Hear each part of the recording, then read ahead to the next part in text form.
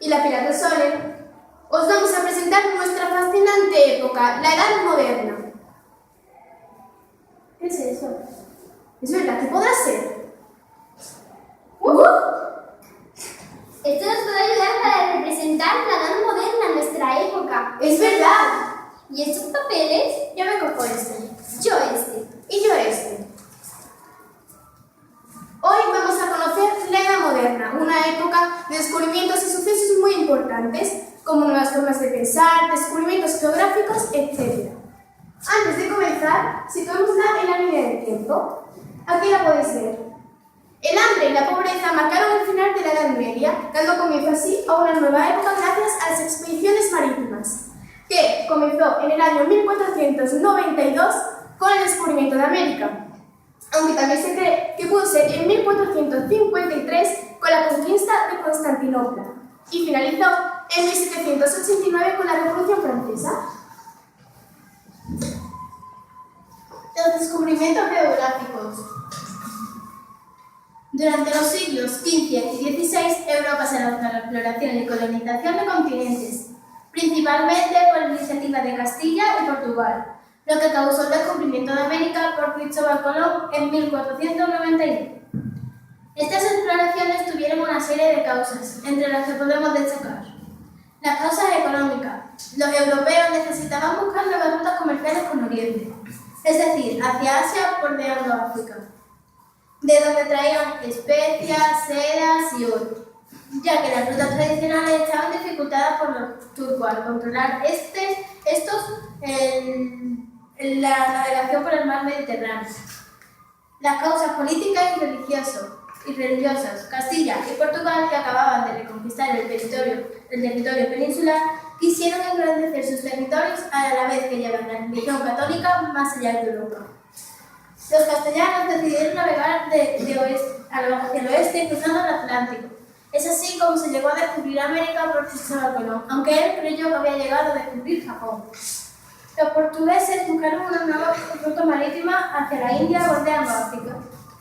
Causas técnicas. Se desarrollaron unos mapas pensados especialmente para la navegación.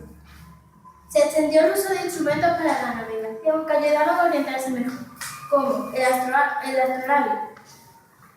¿Alguien tiene una brújula? Yo la tengo. La brújula y el cuadrante. Se crearon nuevos tipos de barcos como la carabela, con mayor velocidad y capacidad de carga. Un vídeo. El 12 de octubre es uno de los días que más ha cambiado el mundo y es conocido con muchos nombres. Día del descubrimiento de América, Día de la Raza, Día del encuentro de dos mundos y últimamente Día de la Resistencia Indígena. Antiguamente, en el mundo occidental, los únicos continentes que se conocían eran Europa, África y Asia. Se creía que la Tierra era plana. La creencia era que si un barco seguía navegando hasta el límite, podía caer en un abismo. Sin embargo, Cristóbal Colón, un navegante genovés, estaba convencido que la Tierra no era plana, sino redonda, o mejor dicho, esférica. Por lo tanto, proponía navegar hacia el oeste para llegar a la India y así conseguir unas rutas marítimas más cortas para el comercio con esa parte del mundo. Para demostrarlo necesitaba organizar una expedición.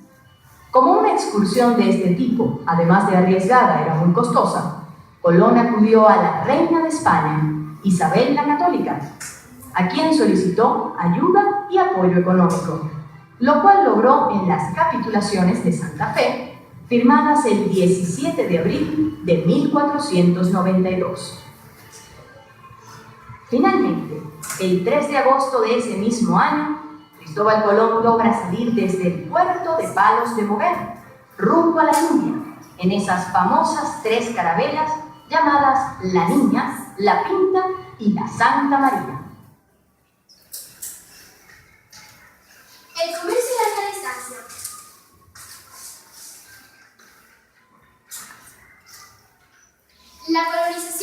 América supuso para Europa una nueva fuente de materias primas, desde metales preciosos hasta productos alimenticios. Europa exportaba productos manufacturados, asimismo comercializaba con los esclavos llevándolos desde África hasta las plantaciones americanas. El comercio con América provocó la crisis del comercio mediterráneo y las potencias que la denominaban, entre ellas la corona aragonesa. Las culturas indígenas. Antes de la llegada de los europeos a América, existía en este continente una gran variedad de culturas, a las que se predominaban como culturas precolombinas. Supuso un colapso demográfico para la población indígena, debido principalmente a la llegada de enfermedades epidémicas, en las que las defensas carecían. Las más importantes eran la maya, la inca y la azteca. La maya se encontraba en la península de Yucatán, México. Poseía un sistema de escritura fonético, fabricaba cerámicas y sus conocimientos de astronomía y medicina eran muy avanzados. La inca, su sociedad estaba formada por nobles, el pueblo y siervos. Fue un pueblo que mediante alianzas militares con otros grupos y poblaciones conoció una rápida expansión y dominó el área central y sur de actual México entre los siglos XV y XVI.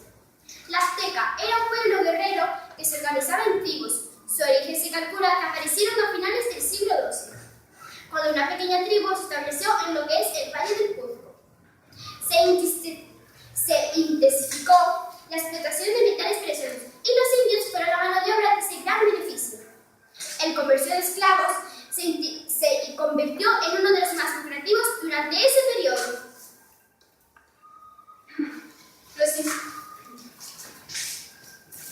El periodo conocido como época moderna significó para Europa importantes cambios políticos. El más destacado fue el surgimiento del Estado moderno con unas características: la unificación territorial.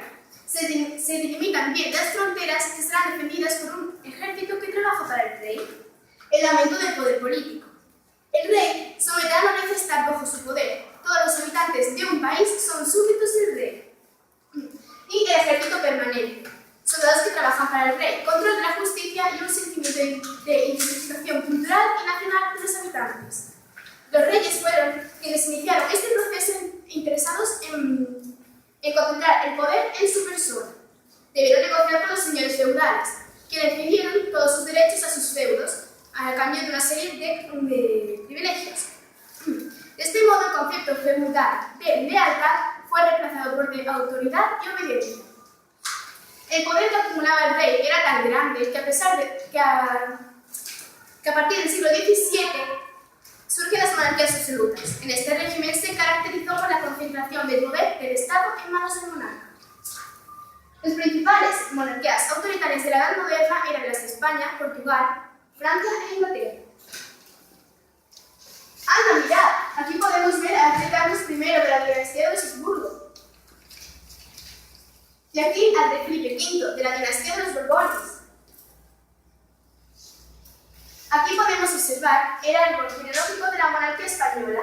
Podemos observar la familia real española desde la antigüedad hasta la actualidad. El panorama europeo, la revuelta de Bohemia, 1618 a 1625. Desde una ventana del castillo de la ciudad arrojaban dignatarios católicos, dando así comienza la guerra de los 30 años.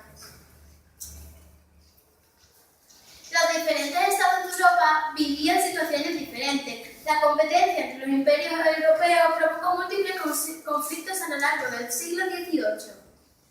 Francia se convirtió en un estado poderoso y rico, mientras que Inglaterra y Holanda potenciaron la agricultura, la manufactura y el comercio. España empleaba mucho capital del que obtenía del comercio con América para el mantenimiento del ejército. El gasto militar provocó el empobrecimiento de la población. La miseria y el hambre fueron habituales. La sociedad de la Edad Moderna.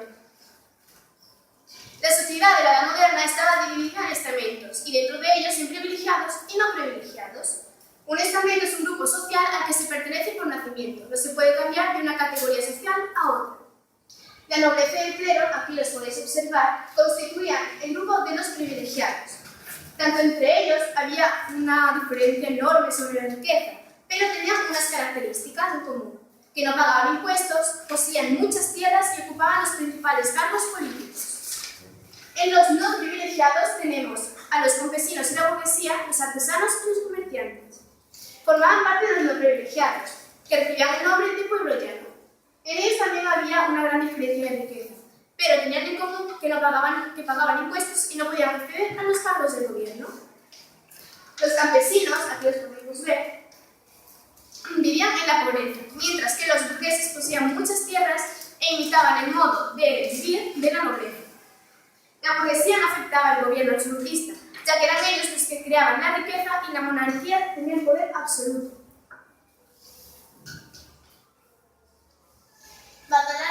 Bandoleros, piratas y corsarios. Puesto que soy un pirata, yo me encargaré de esta parte. La práctica de la piratería se instauró en América paralelamente con la colonización por parte de los españoles y portugueses. Los países excluidos de los beneficios económicos del Nuevo Mundo hallaron en la bandolera marítima la forma más propicia de hacerse de las riquezas sustraídas del Nuevo Mundo. Las piraterías, corsarios y bucaneros operaron todo el Caribe, asaltando los barcos, otras embarcaciones españolas, muchas de ellas, sobre todo las corsarias, apoyadas legalmente por sus reyes de origen. Muchos de los ladrones de este mar llegaron a ser nombrados por sus reyes con los títulos nobiliarios, sir o señores. La inseguridad de los caminos era grande, ante el riesgo que suponían los frecuentes ataques por sorpresa de las cuadrillas de delincuentes. Los conflictos religiosos. Desde la Baja Edad Media había personas que discutían las acciones e imposiciones de la Iglesia Católica, desde su propia opinión y razón. Pensaban que la Iglesia no se ajustaba a lo que las Escrituras decían. En la Edad Moderna cada vez cogía más importancia la ciencia, el pensamiento crítico y la razón. Los procesos de reforma tuvieron inicio en el siglo XVI y el movimiento religioso, conocido como la Reforma Protestante, tuvo como líder a Martín Lutero. Ante la gran importancia que tomó la reforma de la Iglesia, reaccionó con gran dureza e inició la Contrarreforma. Se iniciaron las llamadas guerras de la religión, en las que el mundo occidental se vio dividido entre católicos y protestantes. La revolución científica. Aquí podemos ver una imagen de Galileo Galilei, un científico. La revolución científica representa un punto crucial en la moderna civilización occidental. Con ella se dejó atrás la antigua visión medieval del mundo y se llegó a una nueva visión del universo. El Sol en el centro y los planetas como cuerpos materiales girando alrededor de este astro en órbitas elípticas. Con los cambios en la visión del cielo vinieron los cambios en la visión de la Tierra. Valiéndose de la razón, podrían comprender y dominar el mundo de la naturaleza. El gran movimiento intelectual que comienza en el año 1620 tiene a Galileo entre otros. En esta revolución del pensamiento, la astronomía ocupa un lugar predominante, perfeccionándose el telescopio. Mirad qué casualidad, un telescopio.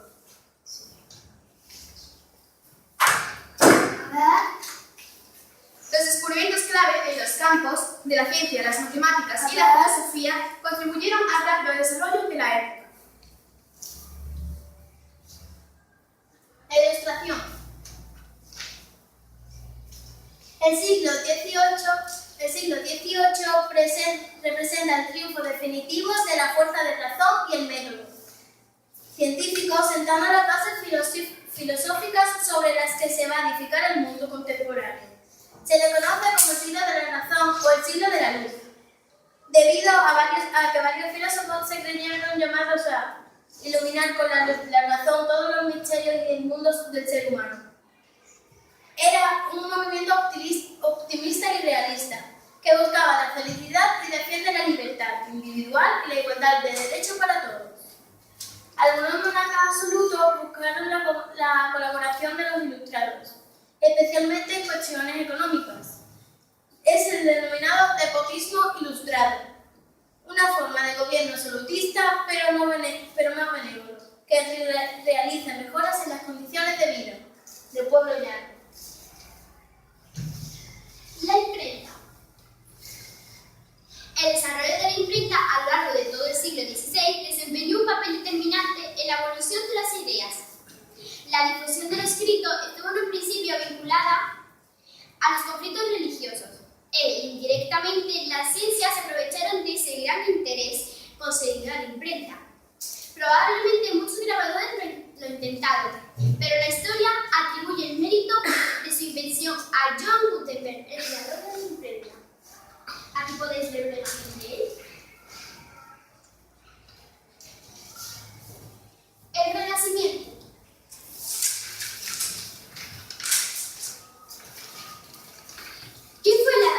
¿Quién fue la Edad de Oro?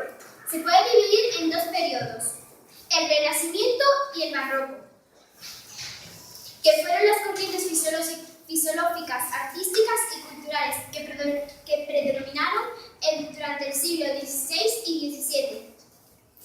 Este movimiento cultural comenzó en las ciudades italianas, pero poco a poco iría extendiéndose su influencia al resto de Europa. El Renacimiento consistió en la vuelta del arte de la antigua Grecia y Roma.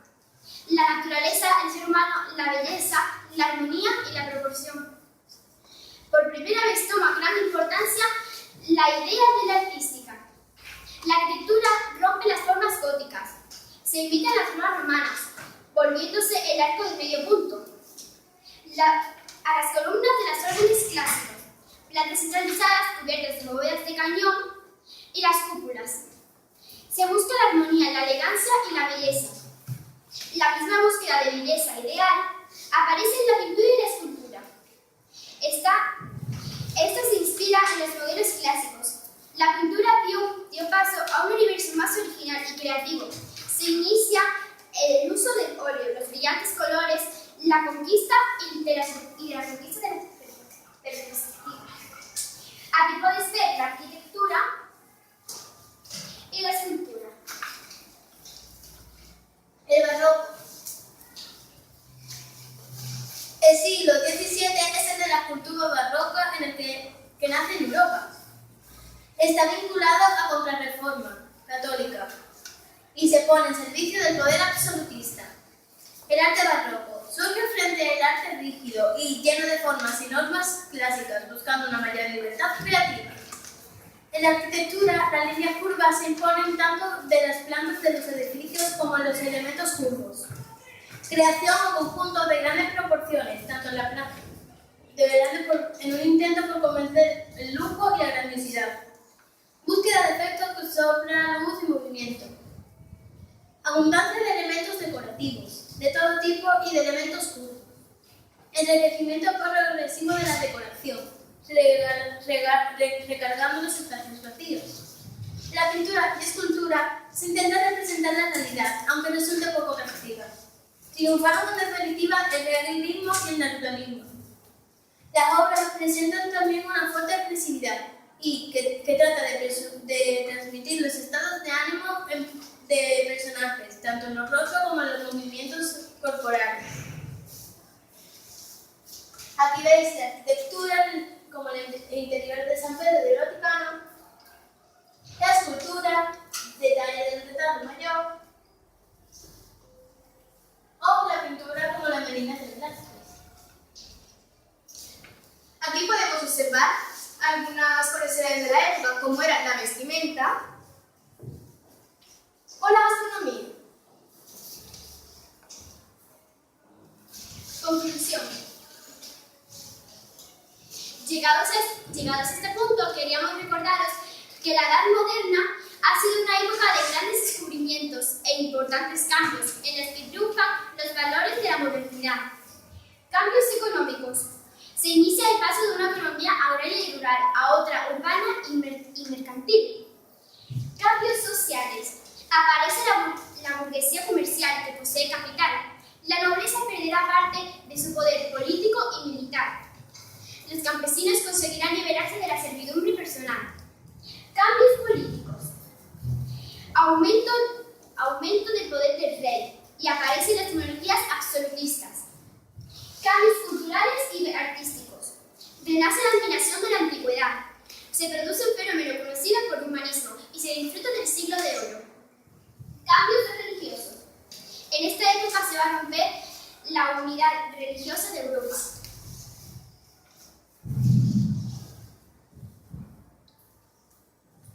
Antes de finalizar, os dejaremos con unos segundos de la música de la época.